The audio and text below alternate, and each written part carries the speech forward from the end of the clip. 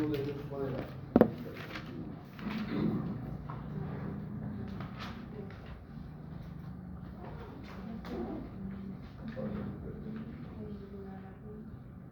la realidad de la enzima conductora de angiotensina de enalapril.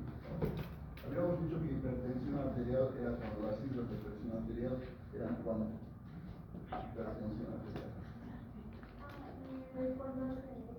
¿Cuándo se dio hipertensión arterial? Sí. Cuando ascendían a valores mayores a 130 y 90 minutos. No, en los 840, 90. La lucha de la medicación antihipertensiva con el doctor Yusuf, hemos dicho, con el estudio STOP, y habíamos dicho que de 120-80 bajar a 120-80 o bajar a 140-90, ¿se acuerdan de eso? Habíamos visto acto antihipertensivo, uno de ellos estudiado con la enzima convertidora de enzima, que es importante porque disminuye que se llama la postcarga y la precarga. Habíamos indicado en la prensa, ¿verdad? Habíamos indicado en la prensa que era bueno en la insuficiencia cardíaca. Habíamos hablado también de otro medicamento de los ARAS, el losartán para la presión arterial. Habíamos indicado también que el losartán, igual que los IECA, disminuye la remodelación cardíaca, ¿se acuerdan? Habíamos visto los estudios, el estudio Copérnicus, el NFK, habíamos visto el estudio ALHAT, les había mostrado, y teníamos un denominador común que era el uso de los IECA, pero también habíamos visto los bloqueadores de canales de calcio ahí, que eran importantes los bloqueadores de canales de calcio. Y era importante porque disminuía la concentración de calcio en el citosol. ¿Y eso qué producía? Lógicamente, la reproducción producía vasodilatación.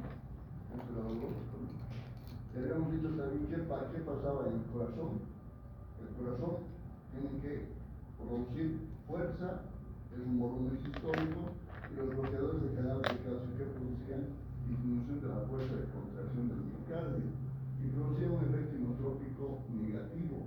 Es por eso que nosotros en insuficiencia cardíaca estos medicamentos van a estar contraindicados. Y el día de hoy justamente vamos a hablar de los bloqueadores de canales de calcio, no solamente en la esfera de antihipertensivo, como antihipertensivo. El día de hoy, más es el enfoque, aparte de antihipertensivo, el enfoque es para utilización de pacientes con síndrome coronario agudo, el SICA, síndrome coronario agudo. ¿Qué comprende el SICA? Hemos dicho que comprende tres patologías. ¿Cuáles son esas tres patologías? El SICA. Varias veces hemos hablado, pero estamos repitiendo ahora. ¿Qué era? Síndrome coronario agudo. Vamos a decir que qué patologías comprende. Pero varias veces hemos repetido, así que síndrome coronario agudo. No se acuerdan. La angina de pecho era uno, el otro el síndrome intermedio y el otro el infarto del miocardio. Angina de pecho, síndrome intermedio y angina de pecho y infarto del miocardio. Estos medicamentos están perfectamente indicados en la angina de pecho, ¿ya? Tanto en la angina variante, la prismeta o en la angina de esfuerzo, todas las anginas están indicadas en estos medicamentos. Pero también están indicadas, según los que se llama la sociedad de cardiología, están indicadas también en el infarto del miocardio, especialmente dos medicamentos que se llaman y son los no dihidropiridínicos. ¿Cuáles son? Los no dihidropiridínicos. El diltiazem y el verapamil. El diltiazem y el verapamil fundamentalmente están indicados en el infarto agudo del miocardio. Y después toditos están indicados en la angina de pecho, toditos. Perfecto. Ahí tenemos el caso, Hartender 1962, descubre el verapamilo. De ahí lo consideran como un vasodilatador coronario, coronotrópico, inotrópico negativo. Cronos, hemos dicho, correr cronos, por tanto disminuye la frecuencia cardíaca. Si estamos utilizando estos medicamentos que son bloqueadores de canales de calcio para disminuir la frecuencia cardíaca. ¿Por qué? Porque ya no ingresa pues calcio en el miocito. Por tanto, no va a aumentar la frecuencia cardíaca. La contractilidad del miocardio va a estar reducida. ¿Por qué? Porque va a haber menos cantidad de calcio en el citosol. ahí ya lo sabemos. Rexstein hace el estudio a profundidad de que disminuye la entrada de calcio al miocito. Ustedes ya saben de la actina y la miosina, ¿verdad? La actina, la miosina, la troponina, la troponiosina, y entonces tiene que ver alto el calcio. Ahí, ¿por qué tiene que ver alto el calcio? Porque se une a la troponina y hace que desaparezca la troponiosina y produce el estímulo de unión entre la actina y la miosina. Eso es lo que hace el calcio, ¿verdad? En otras palabras, une la actina y la miosina, así que haya fuerza de contracción en el miocardio. Eso es lo que hace. Y el día de hoy vamos a estudiar los bloqueadores de canal de calcio, y por tanto, va a haber buena unión entre la actina y miosina, no, pues va a disminuir la unión entre actina y miosina. Aquí tenemos drogas interesantes, que son dos grandes grupos. Estas tres drogas son las más importantes. 1,4-dihidropyridina, la nifedipina. Esas han sido las primeras, la nifedipina, bloqueadores de canal de calcio. Y en este grupo de la nifedipina se han agrupado varios medicamentos que se llaman dihidropiridínicos, el grupo de los dihidropiridínicos. Y está la nifedipina, está la nifedipina y está la famosa amlodipina. Esos tres medicamentos son fuertes. La nifedipina, la nifedipina y la amlodipina. ¿En el grupo de qué? De los dihidropiridínicos. ¿Por qué nos han asociado ahí a los dihidropiridínicos? Porque resulta que estos medicamentos son bloqueadores de canal de calcio, que disminuyen las resistencias vasculares periféricas, ¿ya? Que disminuye la contracción del miocardio.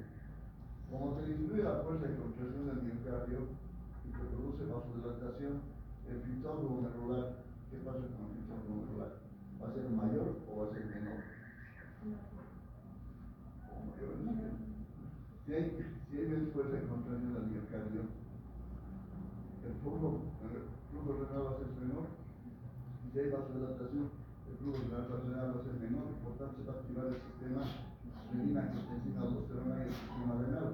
Y eso es lo malo de estos medicamentos, de estos dihidropiridínicos, de este grupo, que producen un reflejo adrenal y producen taquicardia. Este es el pequeñísimo problema.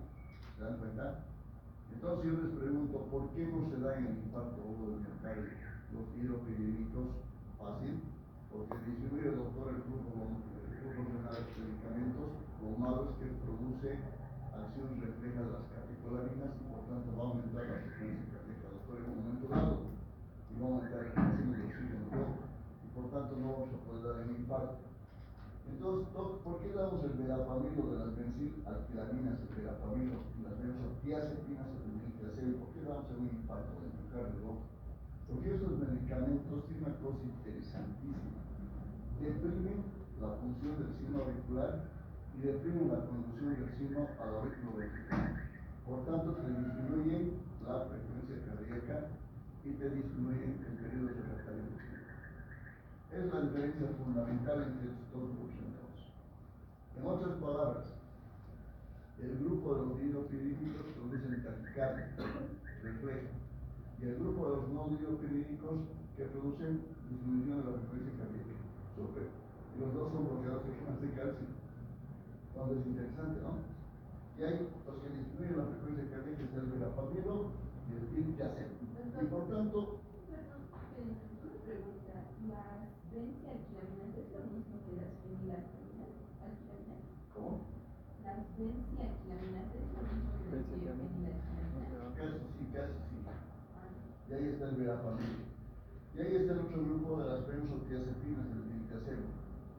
Benzodiazepinas, no benzodiazepinas.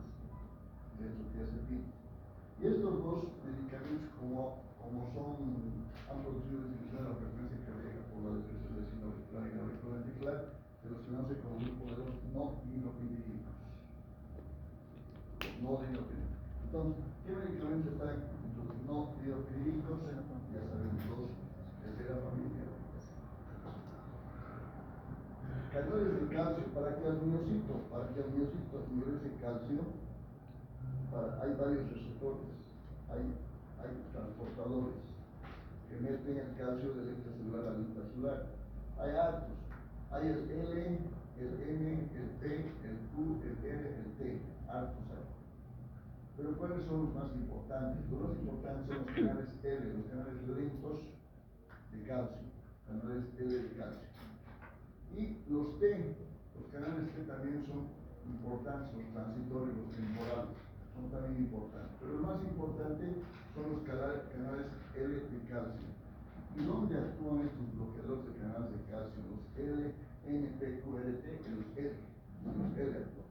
¿En qué fracción de los L? Los canales lentos de calcio tienen varias fracciones para introducir el calcio de electrolita celular, varias fracciones. Los alfa 1, los alfa 2, los beta, los gamma. Pero ¿dónde actúan? Esencialmente bloqueando sobre los alfa 1. Entonces son bloqueadores alfa 1 de los canales L de calcio. Eso es lo que el día de hoy vamos a estudiar. Actúan sobre los canales lentos de calcio. Claro, este es el potencial de ese nivel, ustedes con el ejercicio ingresan a ver aquí ingresa gran cantidad de sodio, después potasio, calcio y luego potasio. Recuerden los potenciales de acción de la fibra de los miocitos, ¿no? Los canales, el canal de potencial eléctrico.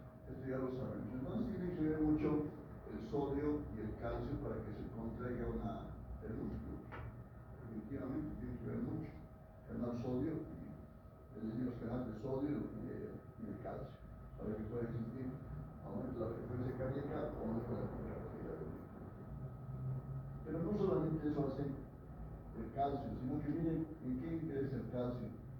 Controla procesos de fecundación del ovocito por el espermatozoide. Interesantísimo. Tiene que ver mucho el calcio en el desarrollo embrionario. Tiene que ver mucho con la coagulación de la sangre, el calcio. Por tanto, estos medicamentos, los bloqueadores de canales de calcio, van a influir sobre estas situaciones. Entonces, miren, fecundación del ovocito por espermatozoide, desarrollo embrionario, coagulación de la sangre, muerte celular programada, la apoptosis, la excitabilidad neuronal, la liberación de hormonas, liberación de neurotransmisores, contracción de músculos estriados, liso y cardíaco. De todos estos argumentos de los procesos que controla el calcio, el único que vamos a tocar nosotros ahora es el último, ¿no? La contractilidad del miocardio. Pero tenemos que tener presente de que actúa el calcio sobre todo esto y además utilizando a larga data los bloqueadores de canal de calcio, ¿sobre qué van a influir? Van a influir sobre esto.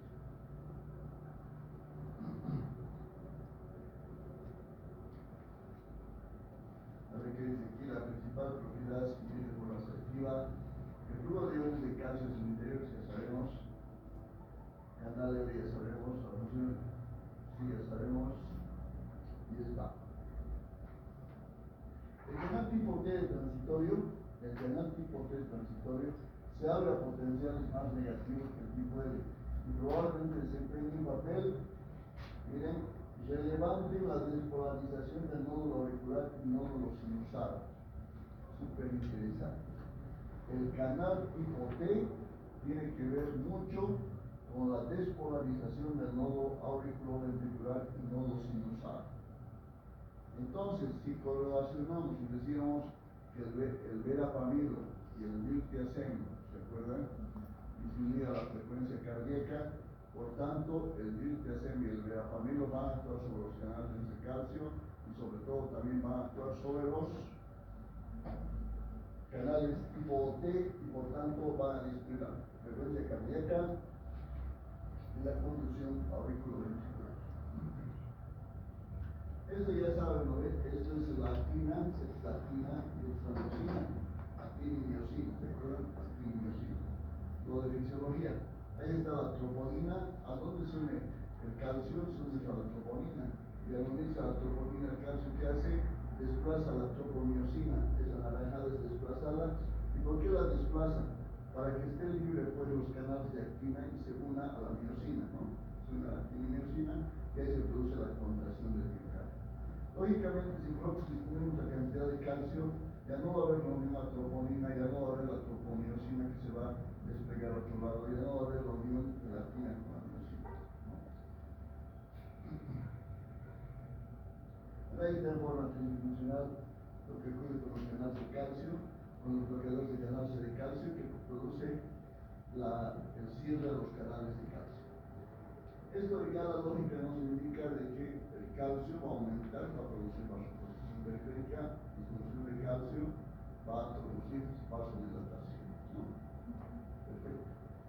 Aquí el corazón, ya sabemos, aumenta la fuerza de contracción del miocardio, el calcio, le das un posible estimulante de calcio y se aumenta la contracción del miocardio y te produce taquicardia. Si disminuimos el calcio, el bloqueador de calcio va a disminuir la contractilidad del miocardio, por tanto va a ser inotrópico negativo, por tanto gasto cardíaco reducido. La frecuencia cardíaca va a disminuir, por tanto el consumo de oxígeno va a estar disminuido. Por tanto, todo medicamento que te disminuye el consumo de oxígeno es bueno en pacientes con infarto agudo del miocardio. Necesito también podríamos agregar esto más. Son bloqueadores de los que más tipo L, pero miren, el mecanismo de acción antihipertensivo de los bloqueadores de canal de calcio no solamente es por la disminución del gasto cardíaco y la resistencia vascular periférica. Claro, hemos dicho que fundamentalmente la presión arterial está dada por el gasto cardíaco y la resistencia vascular. Te disminuye el gasto y te disminuye la resistencia, no antihipertensivo. Pero ¿qué más hace? Miren, bloquea los canales de calcio, pero ¿qué más? Respuesta presora alfa-adrenérgica disminuida. Entonces ese dato tenemos que tener en cuenta. Los bloqueadores de canales de calcio tienen disminución de respuesta presora alfa-adrenérgica y disminución de respuesta presora por la angiotensina 2 superindividualizada. Entonces, ¿por qué tiene la acción antihipertensiva estos medicamentos? Bloquean el canal de calcio, disminuye la respuesta presora alfa-adrenérgica y te disminuye la respuesta presora por angiotensina 2. Esas tres cositas entonces tenemos que argumentar cuando charlemos del tema de antihipertensivo de los medicamentos.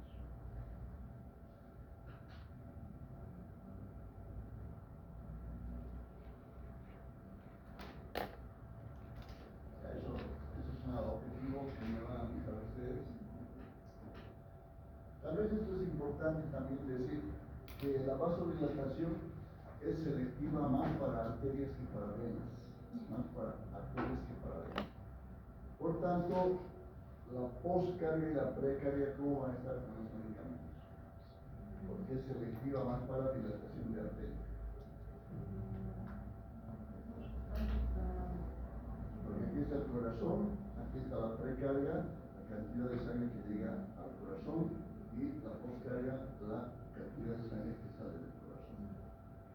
Produce más dilatación arterial. Entonces, ¿cuál es la postcarga? La precarga. La precarga. ¿Qué opinas? ¿Por qué opinas con eso? Precarga o postcarga, o ambas están disminuidas.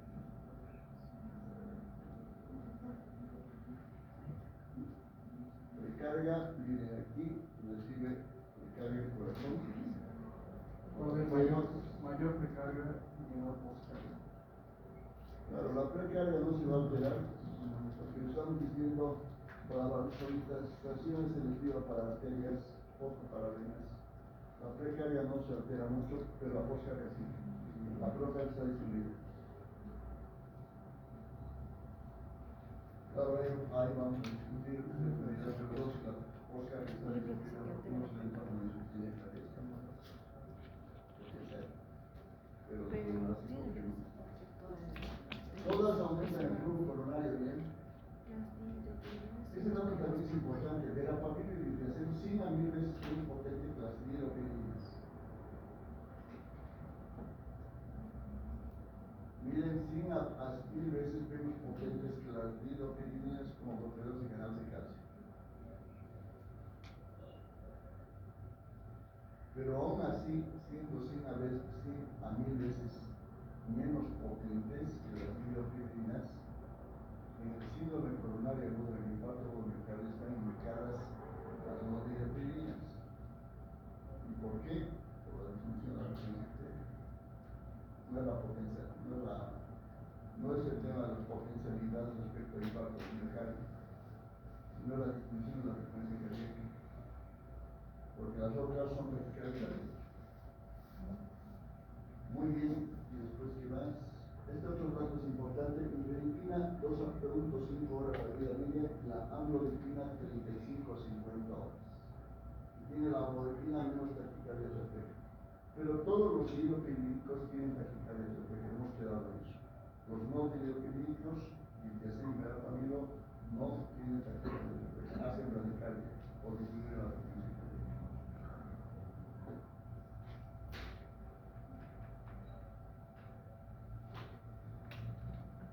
Claro, ahí dice una cosa importante, miren, nifedipina a dosis clínicas no modifica conducción auriculoventricular ni modo sinusal. Volvemos a repetir, ¿no? ¿Quién es el que produce la alteración de la conducción auriculoventricular y el nódulo sinusal? La respuesta.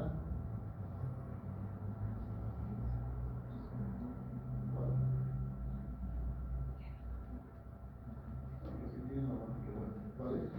No hidroquilino. Los no hidroquilínicos, el verapamilo y el diltiazem. Miren, verapamilo y diltiazem dice menor conducción auriculoventricular.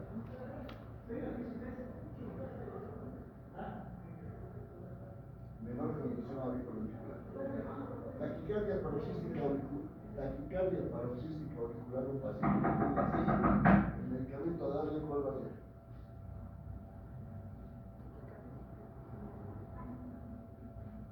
¿Cuál eliges? ¿El grupo de hidroquilínicos, el grupo no de hidroquilínicos? ¿Cuál? Los no. ¿Por qué los no hidroquilínicos? Porque disminuyen la frecuencia cardíaca. ¿Ah? Porque disminuyen la frecuencia cardíaca. Porque disminuye no la frecuencia, sino la conducción auriculoventricular. Claro, la frecuencia cardíaca también en nódulo sinusal, pero disminuye la conducción auriculoventricular. El hilo refractario efectivo sería variado, ¿no? Está variado. Muy bien.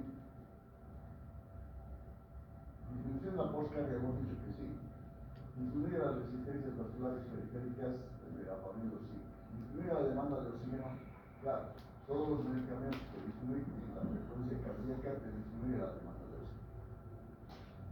En esta charla que les estoy dando, la diferencia es que tienen que ver los dos grupos para discutir en qué vamos a dar. ¿Listo? El grupo de los hidroclínicos, que hemos dicho taquicardia refleja, el grupo de los no hidroclínicos, que produce bradicardia o mantiene la frecuencia cardíaca. ¿Listo? Todo otro son aspectos comunes. Todos otros son aspectos comunes. Y doctor, ¿Sí? y en arritmias cardíacas, ¿cuál sería más recomendable? Porque si mal no- ¿en arritmia? No, en una arritmia, en una fibrilación ventricular, una fibrilación auricular, igual tendríamos que dar, aunque disminuya. ¿Cuál darías tú? Una fibrilación auricular es En múltiples focos, entonces sí daría ¿Qué? no dihidropínicos. claro, porque estamos diciendo que produce disminución de la frecuencia cardíaca. Y al producir disminución de la frecuencia cardíaca, el periodo refractario absoluto es alargado. ¿Y si existe un bloqueo supraventricular? O bueno, sí, supraventricular. Cuando No tanto el bloqueo que es taquicardia, Ah, son dos cosas diferentes. Es decir, una cosa es bradicardia y otra cosa es taquicardia. Por eso el razonamiento, cuando yo les diga, por ejemplo, en un bloqueo auriculoventricular, ¿cuál utilizas? ¿El grupo de los hidroclínicos o de los no hidroclínicos? En este grupo produce taquicardia, en este grupo produce bradicardia. Imagínate un bloqueo auriculoventricular, ponerle un diltiazem y un verapamilo. Está listo. ¿Por qué te va a producir, pues, mayor bloqueo auriculoventricular? En cambio, si le das a un paciente una fibrilación auricular, le das el diltiazem o le das el verapamilo, ¿está listo bien? Súper. Pero a ver, darle nifedipina o amlodipina a un paciente con fibrilación auricular, no, pues, hace una fibrilación ventricular.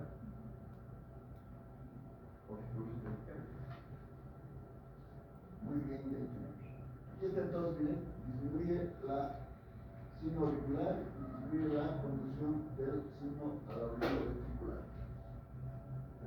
Velocidad de conducción del nódulo auriculoventricular disminuye. ¿Y cuáles disminuyen? Nuevamente les repito, el verapamilo y el glitazeno. El verapamilo y el glitazeno te disminuye la frecuencia cardíaca y te disminuye la conducción auriculoventricular. Disminución de la frecuencia cardíaca.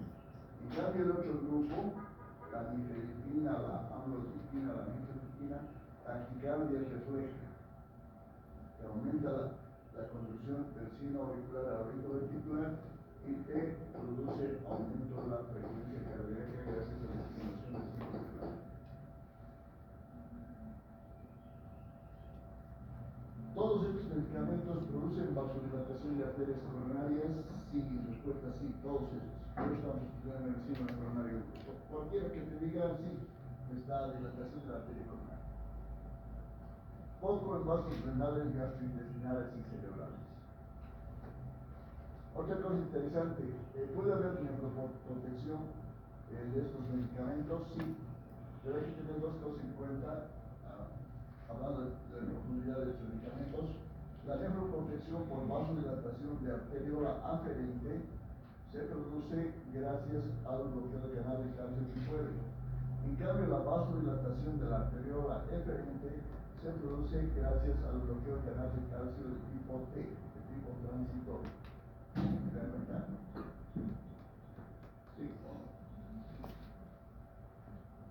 Los que bloquean preferentemente a los canales tipo L producen vasodilatación de la arteriola aferente. Los que bloquean principalmente a los canales tipo D producen vasodilatación de la arteriola eferente. ¿Se acuerdan en la fisiopatología de la diabetes? La nefropatía diabética se daba por vasoconstricción de la arteriola eferente. Por tanto, el medicamento a utilizar aquí, ¿cuál sería? De preferencia.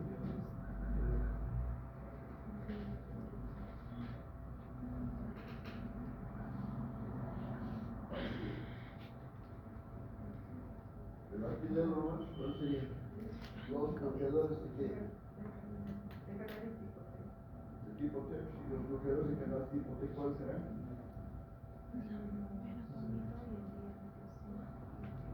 ¿Cuáles serán? El verapamilo y el glitazeno, según repetido. El verapamilo y el glitazeno. Miren qué interesante este cuadro. Verapamilo, miren, disminuye la contractilidad y disminuye la frecuencia cardíaca. Súper interesante este cuadro. El glitazeno disminuye la contractilidad y disminuye la frecuencia cardíaca. Entonces pregunta, ¿cuál disminuye más la frecuencia cardíaca? El verapamilo. Verapamilo, más que el glitazeno. Qué interesante. Más disminuye la frecuencia cardíaca el verapamilo y el glitazeno. Todos los otros medicamentos que te hacen, te aumenta la frecuencia cardíaca. La nifedipina, la amlodipina, la nifedipina, la nifedipina, la nifedipina, toditos te aumenta la frecuencia cardíaca. Toditos. Los únicos que te disminuyen la frecuencia cardíaca son dos, el verapamilo y el glitazeno, donde actúan canales de calcio. También sobre qué? Sobre los canales de calcio. Estos dositos son los que son la excepción. Ahí está. Grupo no dihidropiridílicos. ¿Quién? El verapamilo y el glitazeno. ¿Lo ven? Dihidropiridílicos. ¿Quién? La nifedipina, la amlodipina, imodipina, nicardipina, felodipina, isradipina, nifedipina.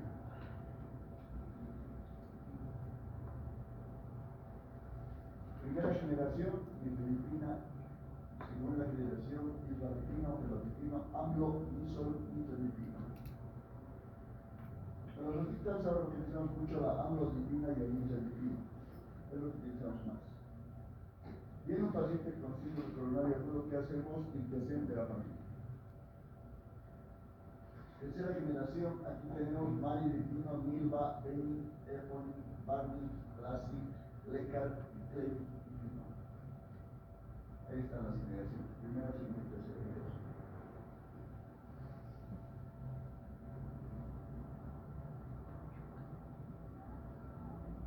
Aquí tal vez de relevancia ver biodisponibilidad. ¿Quién tiene más biodisponibilidad? La amlodipina, 74% biodisponible. Y otra cosa interesante, la vida de eliminación, la semivida de eliminación de 39 horas, uno tiene la amlodipina. Interesante la amlodipina entonces al hablar de farmacocinética. Efectos adversos, lo que hagan acá ustedes, sofocos, cefaleas, palpitación, mareos, estreñimiento, edema malleolar. ¿Por qué viene el paciente a la consulta y te reclama del medicamento? Porque te dice, doc, me anda buscando medicina y desde ese día sabe que se me hinchan los pies. Eso es toda la vida. Igual que en el abril, doc, estoy tosiendo mucho. Esto es edemas. Entonces me va a contar ustedes por qué se realizan los edemas en los pies. Viene a la consulta y te dice, doc, se me hinchan los pies. Y es por el medicamento que me ha dado. Ahora ustedes me van a contestar por qué se hinchan los pies con la nifedipina, con todos los medicamentos. Porque hay edemas en miembros inferiores. Y listo, ya hemos terminado las interacciones que ustedes ya me van a indicar. Aplicaciones terapéuticas, angina de pecho, sí, vamos. Infarto agudo del miocardio, bien, el diltiazem y el verapamil. ¿Por qué? Porque te disminuye el consumo de oxígeno. ¿Por qué te disminuye el consumo de oxígeno? Porque te disminuye la frecuencia cardíaca. Prevención de accidentes cerebrovasculares agudos. Claro, son vasodilatadores. Hay un medicamento que actúa selectivamente aquí en el cerebro como vasodilatador cerebral, selectivamente. ¿Qué se llama ese medicamento? Se llama imodipina, bloqueador de canal de calcio. Si un paciente estás pensando que ha tenido un accidente vascular cerebral isquémico, o sea, produce una vasoconstricción aquí en la cabecita, ¿qué le vas a dar? Le vas a dar imodipina. ¿Qué es la imodipina? Es un bloqueador de canales de calcio, de canales de calcio. Y es el que es selectivo a nivel cerebral. La imodipina, solamente la imodipina. ¿Yo le puedo dar la nitroglicerina a la imodipina? No, el único que es selectivo es la imodipina. Enfermedad de Raynaud. ¿Qué es la enfermedad de Raynaud? El paciente viene y te dice, doc, mis manos están frías, doc, no sé qué me pasa, me duele mis manos. Hacemos una línea y una línea blanca se queda aquí, ahí se queda dermografismo, se llama eso, dermografismo. ¿Y por qué se da tanta importancia en la enfermedad de Raynaud? Porque es un preludio de enfermedades inmunológicas. ¿Qué enfermedades inmunológicas? Artritis reumatoidea, LES y todos esos. Por eso es que preguntamos siempre al paciente enfriamiento de manitos y si hay dermografismo. ¿Qué medicamentos dan para la enfermedad de Raynaud? Bloqueadores de canal de calcio. ¿Qué medicamento? La nifedipina, la amlodipina, la nifedipina utilizamos.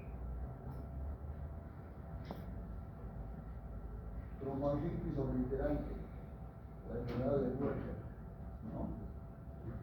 Y el tromboangitis obliterante. Entonces, le damos bloqueador de canal de calcio y que permitimos que haya vasodilatación.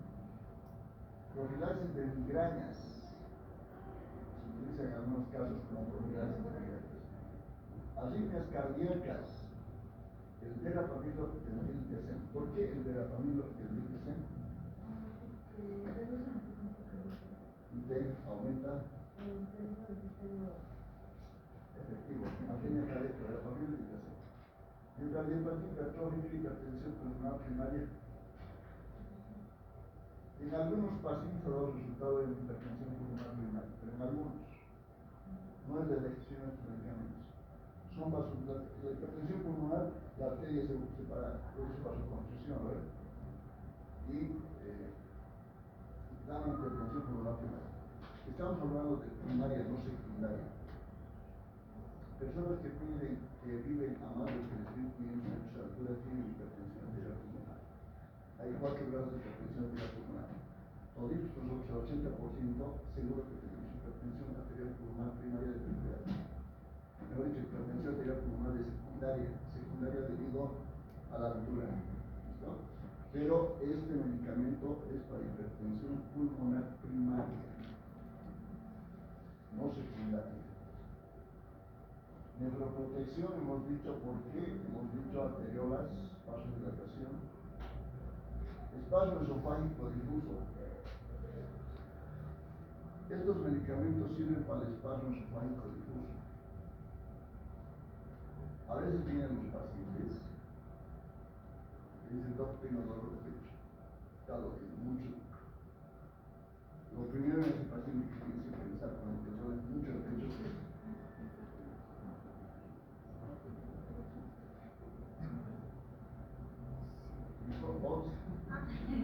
El infarto tiene que pensar no que tienes una aneurisma. Le tomas un electrocardiograma negativo, le haces troponina I negativo. ¿Qué puede ser? Espasmo esofágico difuso. El esófago, una persona que está renegando de algún problemita, se así, un espasmo tremendo y un dolor terrible. ¿Y qué medicamentos se le dan? Bloqueadores de canal de calcio, espasmo esofágico difuso. ¿Ya? Vemos el diferencial coreano. Acalasia. Existe el esofágico inferior obstruido por varias patologías. Comes y lógicamente no pasa otra comida, tienes de constipación o estás cerrado en el cine. ¿Qué medicamento dar? Bloqueadores de canal de calcio. Parto prematuro, también es importante el parto prematuro. Ya hemos dicho que el inicio de un trabajo de parto, ¿qué es? Hasta ahorita no se sabe qué es el índice exactamente. Unos dicen la progesterona, el estrógeno, otros dicen son el calcio, otros no, son las prostaglandinas. O sea, ya tu trabajo de que dicen el inicio de esto, lo que pero bloqueadores de canal de calcio podemos dar el parto prematuro, igual que dábamos los medicamentos antiprostaglandínicos, ¿verdad? Ya hemos terminado